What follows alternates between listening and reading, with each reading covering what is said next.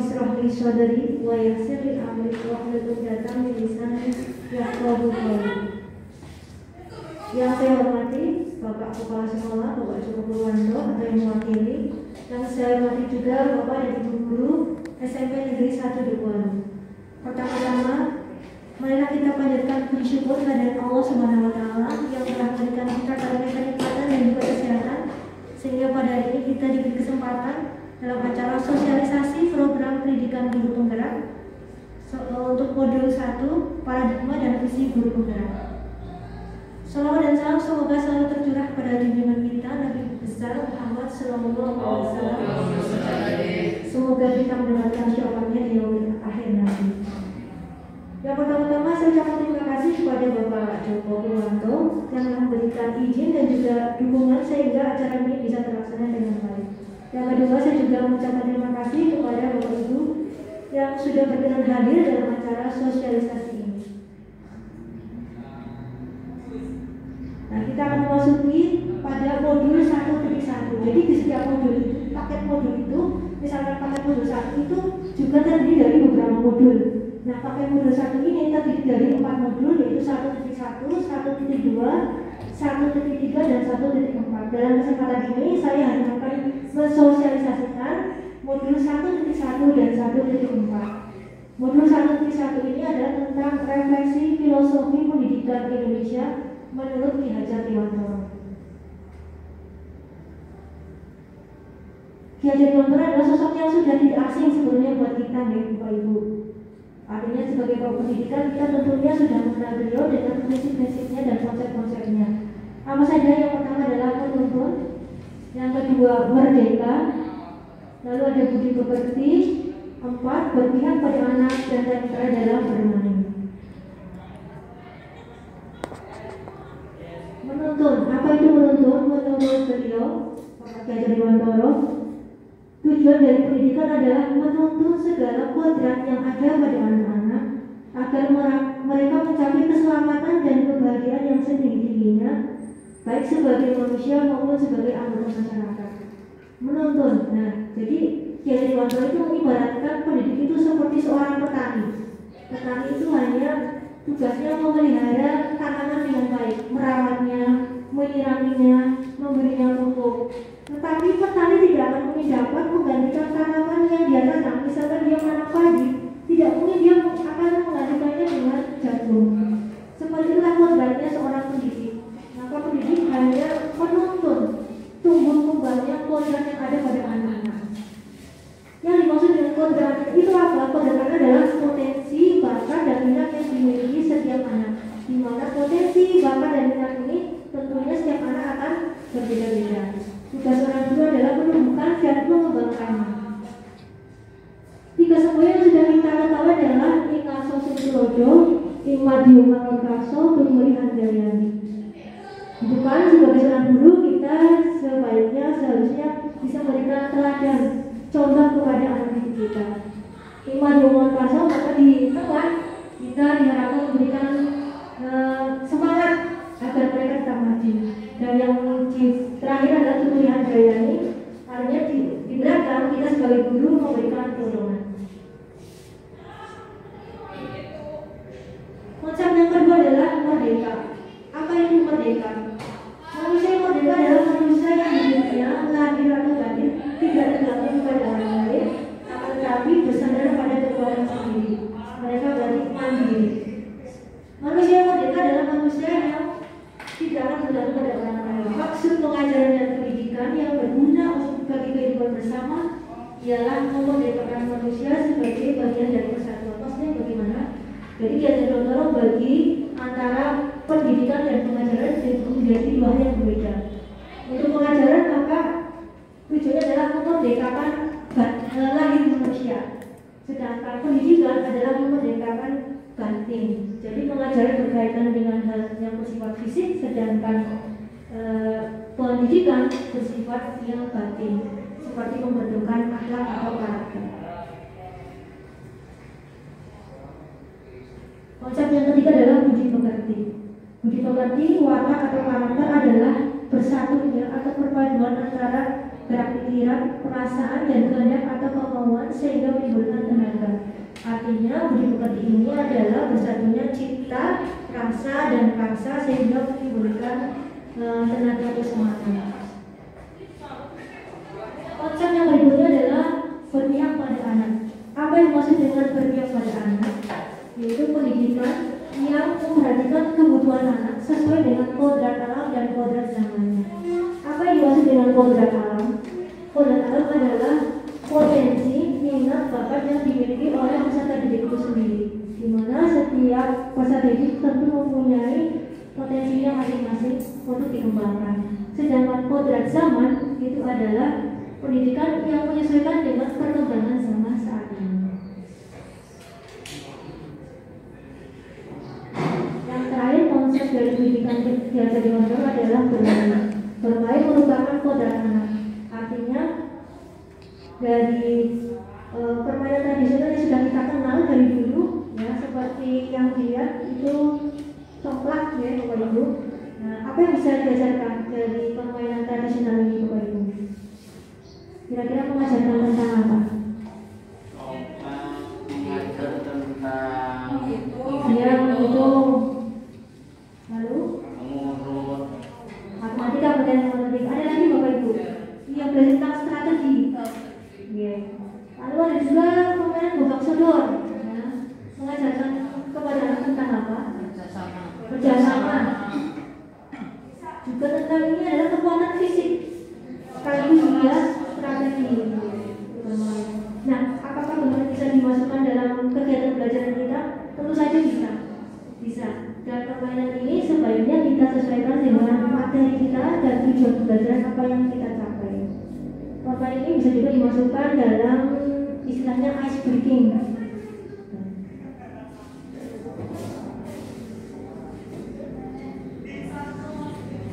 Selanjutnya yang modul yang berikutnya adalah 1.4 tentang budaya positif.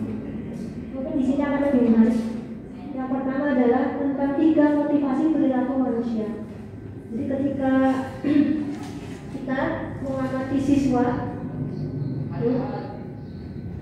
ada 3 motivasi kenapa seorang anak itu melakukan sesuatu. Yang pertama adalah untuk menghindari ketidaknyamanan atau hukuman.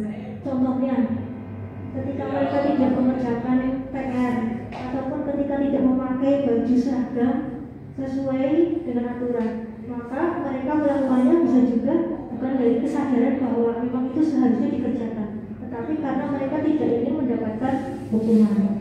Itu artinya mereka melakukan sesuatu itu karena untuk menghindari hukuman. Motivasi yang kedua adalah untuk mendapatkan imbalan atau penghargaan. Pertanyaan yang akan sering muncul adalah apa yang akan saya dapatkan apabila saya melakukannya. Jadi orang itu ketika melakukan sesuatu, maka dia yang diberikan adalah apa yang akan saya dapatkan, penghargaan seperti apa yang akan saya dapatkan. Dan yang terakhir adalah motivasi yang ketiganya adalah motivasi intrinsik, motivasi yang lebih kuat, berdampak jangka panjang. Dan inilah yang diharapkan tumbuh pada diri peserta didik. Motivasi apa itu? Yaitu untuk menjadi orang yang mereka inginkan dan menghargai diri sendiri dengan nilai yang mereka percaya. Artinya mereka melakukan sesuatu itu karena mereka sadar bahwa itu yang seharusnya mereka lakukan, karena itu memang untuk kebahagiaan mereka sendiri, tanpa adanya paksaan ataupun adanya imbalan. Contoh mudahnya seperti kita ketika memakai helm, Bapak Ibu. Ketika kita sudah melihat bahwa memakai helm itu bukan karena takut ditilang oleh polisi, tapi karena untuk keselamatan kita. Nah, itulah adalah motivasi yang muncul dari dalam diri kita karena kita menganggap bahwa itu memang penting untuk dilakukan. Maka harapan kita, anak-anak kita akan mempunyai motivasi intrinsik yang seperti ini.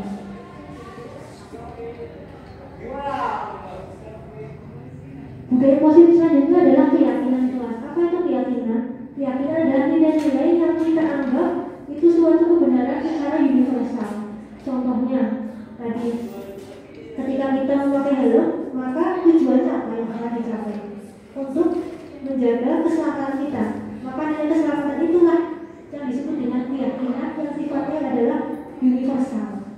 Ataupun ketika kita memakai masker seperti ini, apa tujuan kita memakai masker?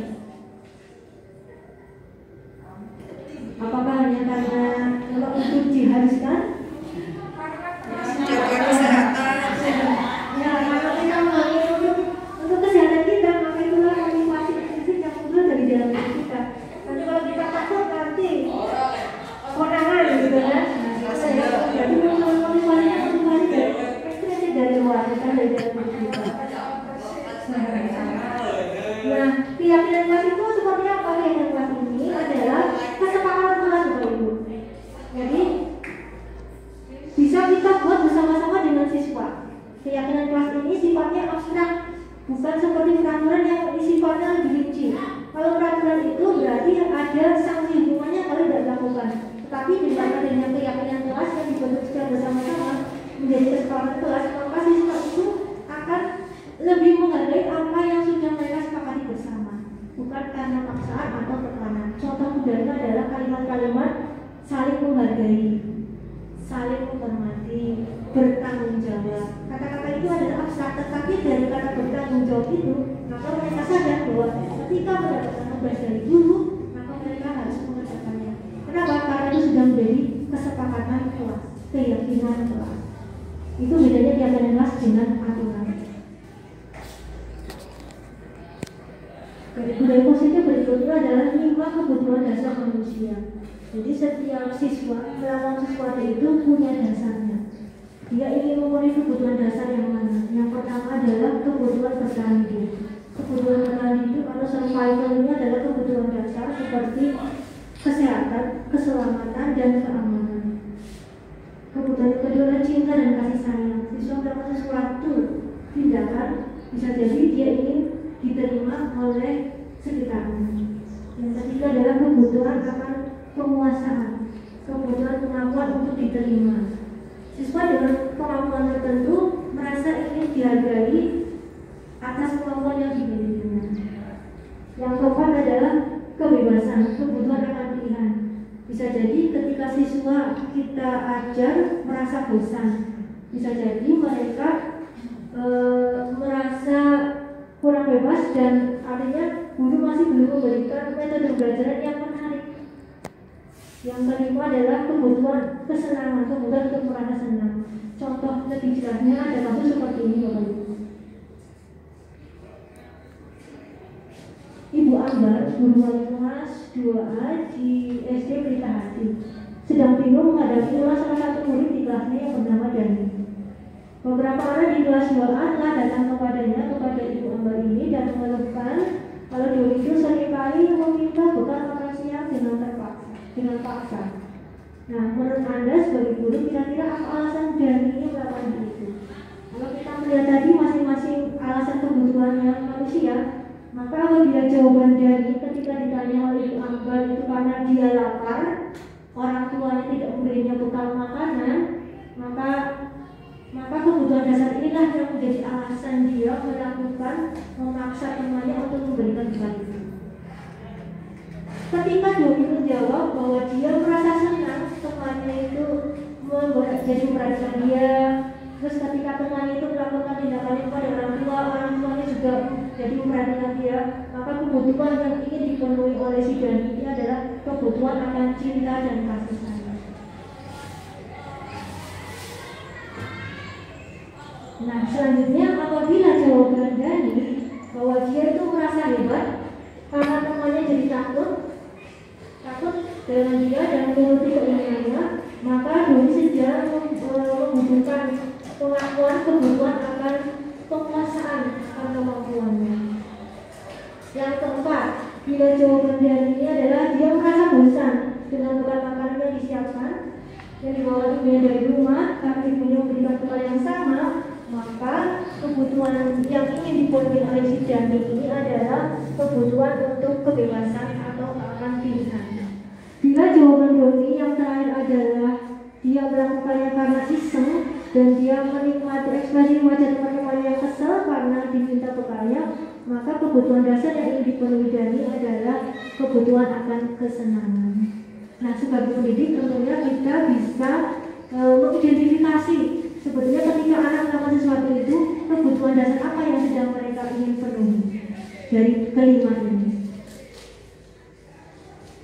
Bu Santi, Ya. mungkin yang sulit ketika kemudian Dani ditanya dan tidak ada jawaban. Nah itu lagi perlu kita klarifikasinya lagi, ditanya lagi terus ya mereka. Tidak ada jawaban, berarti ada butuh kebutuhan yang mana ya ketika tidak ada jawaban. Anak-anak kita kan biasanya ketika tanya diam. Iya, bisa jadi dia merasa bosan itu Pak. Kemungkinannya itu. Nah yang berikutnya ya Bapak Ibu, 5 posisi kontrol guru. Nah ini nanti akan jadi refleksi bagi kita bersama. Sebetulnya posisi guru kontrol seperti apa yang sering kita lakukan. Ada 5 posisi kontrol guru. Yang pertama adalah sebagai penghukum. Yang kedua, membuat orang merasa bersalah. Yang ketiga, sebagai teman. Yang keempat, sebagai pemantau. Dan yang kelima, sebagai manajer.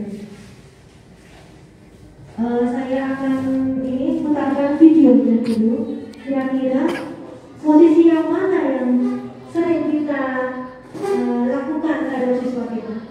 Tadi ada 5 ya, yang pertama adalah menghukum, yang kedua membuat orang merasa bersalah, yang ketiga sebagai apa tadi Ibu? Teman, yang keempat sebagai pemantau, dan yang kelima adalah sebagai manajer.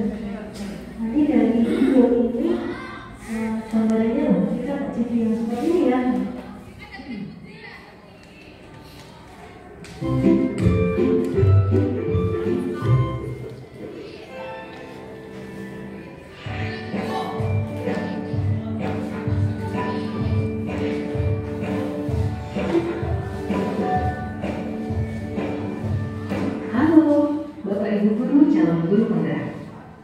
Video ini akan menampilkan 5 adegan interaksi guru dan murid. Silakan menonton dan merefleksikannya.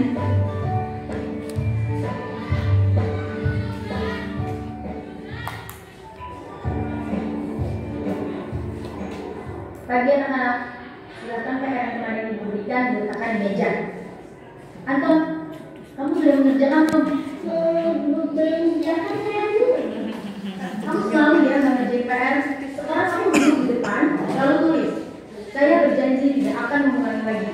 Saya berjanji akan berusaha menjadi murid yang rajin belajar sampai pelajaran selesai.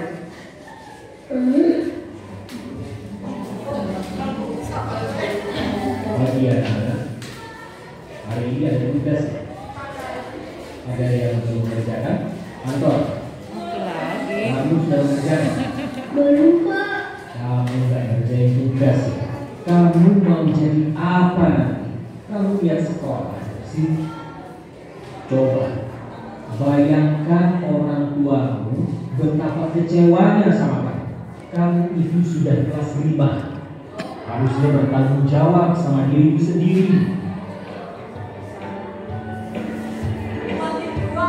Maaf Bu, saya terlambat. Ya udah, nanti jangan diulangi lagi ya. Kalau kamu rajin, Ibu senang lihatnya. Ya, lain kali tepat waktu ya masuknya. Tas dulu dong. Kita kan teman. Wah, jadi kalau aku terlambat lagi, apa ya?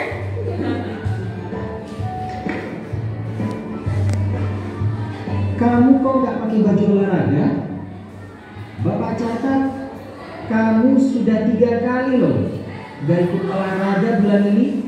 Iya Pak, sudah 3 kali berarti saya dapat sanksi Pak.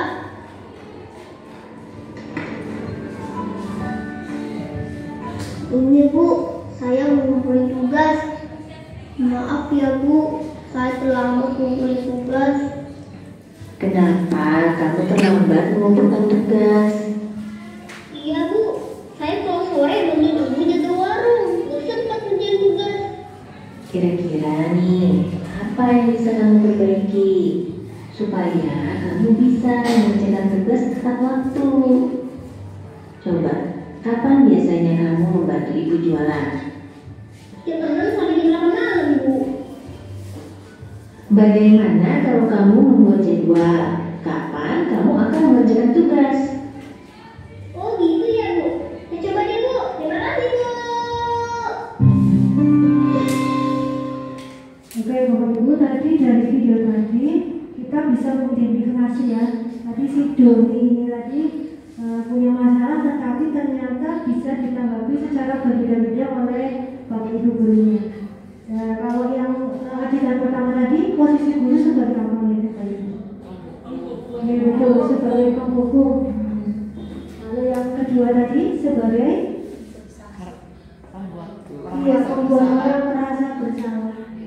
Lalu yang ketiga, sebagai teman. Ini tadi dalam video tadi mungkin kan berbeda ya. Karena mungkin kalau guru juga tidak melakukan itu. Tapi dalam itu sama sebagai teman saja. Lalu yang keempat, posisi sebagai pemantau. Ya, dan yang terakhir posisi guru sebagai manajer. Nah, jadi sebetulnya ada 5 posisi kontrak guru ini. Lalu manakah sebetulnya yang terbaik, yang diharapkan ya sebagai seorang pendidik?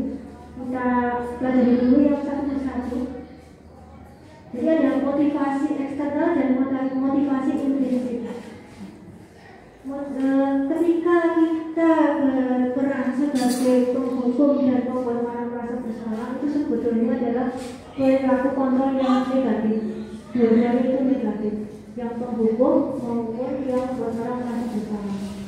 Perilaku kontrol positif itu ada pada sebagai teman dan sebagai pemantau. Dan yang kontrol ini adalah sebagai manajer. Maka dari 5 fungsi kontrol guru ini, kita diharapkan sebagai pendidik adalah pada posisi kontrol yang terakhir ini, yaitu sebagai manajer. Dari posisi yang terakhir adalah namanya segitiga restitusi. Restitusi adalah apa? Restitusi ya. Proses menciptakan kondisi bagi murid untuk memperbaiki kesalahan mereka, sehingga mereka bisa kembali pada kelompok mereka dengan karakter yang lebih kuat. Artinya apa? Dengan restitusi ini, anak itu akan berusaha menyadari kesalahannya dan mereka itu mengetahui bagaimana cara memperbaikinya. Langkah yang pertama adalah menstabilkan identitas. Artinya apa? Mengubah identitas anak dari orang yang merasa gagal karena melakukan kesalahan menjadi orang yang sukses. Artinya ketika anak melakukan kesalahan, maka langkah yang pertama kita adalah bisa jadi dengan kalimat-kalimat, ya semua orang tentu pernah melakukan kesalahan. Ya, tetapi di sini Bapak dan Ibu guru tidak ingin mencari siapa yang salah dengan kalimat-kalimat seperti ini. Validasi tindakan yang salah, artinya memahami kebutuhan dasar apa.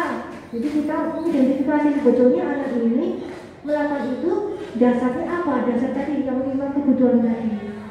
Dan yang terakhir adalah menanyakan keyakinan. Setelah itu, ketika anak melakukan kesalahan tadi, kita bertanya balik pada anak, sebetulnya apa yang kamu yakini? Bukankah kita sudah membuat kesepakatan kelas? Kan? Keyakinan kelas kita tentang apa? Mungkin ketika anak contohnya tidak mengerjakan tugas, maka keyakinan kelas yang bisa ditanyakan adalah tentang bertanggung jawab. Setelah itu kita menanyakan apa yang bisa kamu lakukan untuk memperbaiki kesalahan kamu.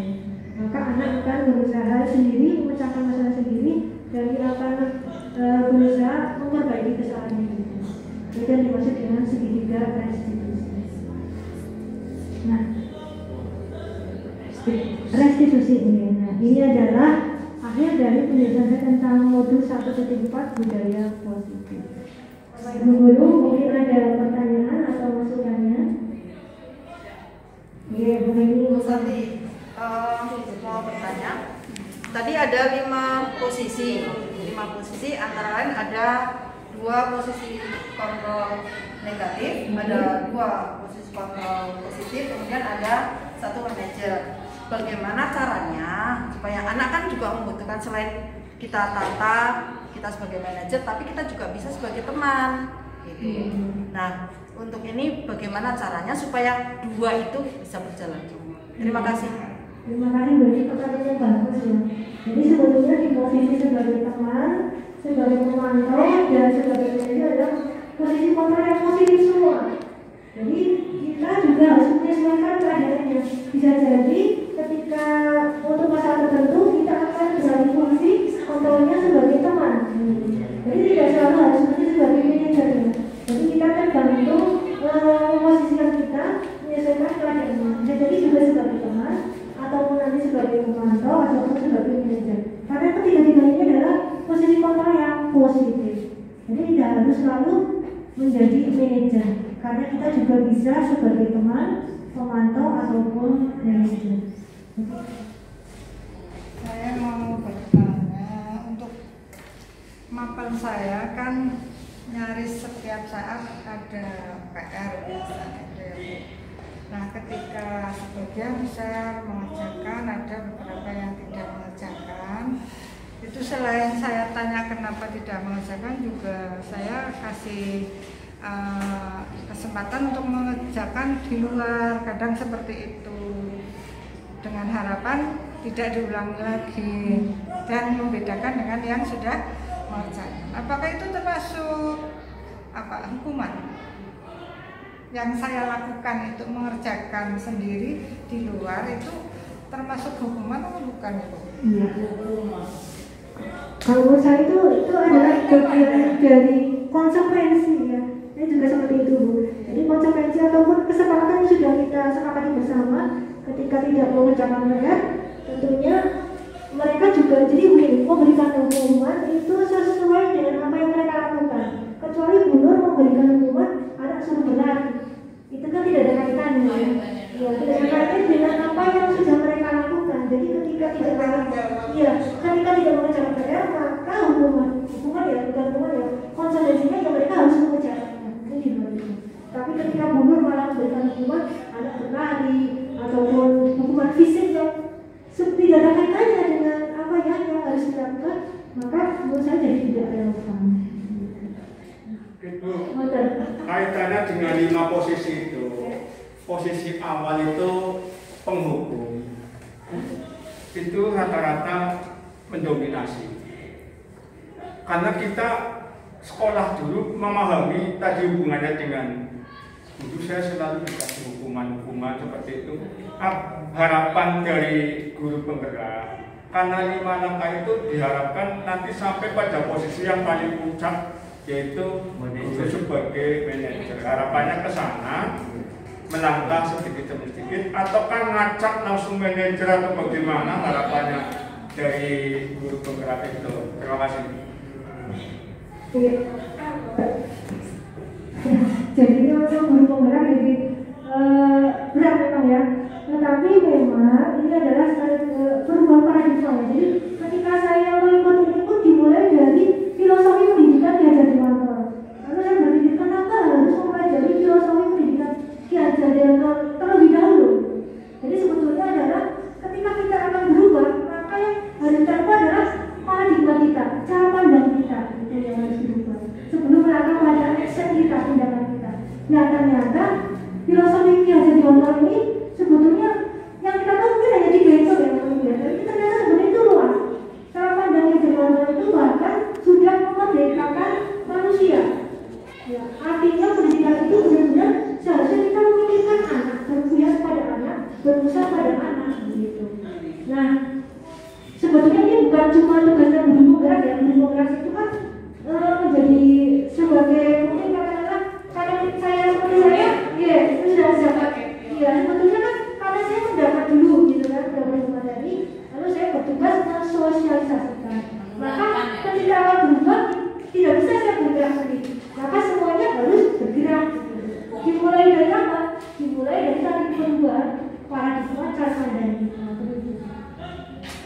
Jadi boleh kesimpulannya sebagai calon guru penggerak dan jadi nantinya akan menjadi guru penggerak adalah menggerakkan teman-teman satu sekolahan ini untuk menjadi yang diinginkan, yaitu guru yang mungkin tadi adalah salah satu yang kita menuju guru yang manajerial, posisi yang manajer begitu Bu Santi. Jadi sebetulnya kalau guru penggerak itu kan ada 3 ya, jadi tergerak, bergerak, menggerakkan. Jadi semuanya dari guru penggerak itu 3 itu. Saat ini Bu Santi juga dalam rangka menggerakkan teman-teman untuk menjadi bergerak. Jadi diawali dulu dengan, jadi kalau saya mau menggerakkan atau bergerak, maka yang pertama saya harus bergerak. Jadi ada 3 kata kunci itu: tergerak, saya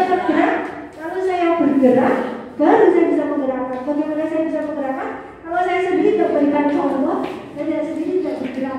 Sekali lagi saya ucapkan terima kasih dan sekali lagi Assalamualaikum warahmatullahi wabarakatuh.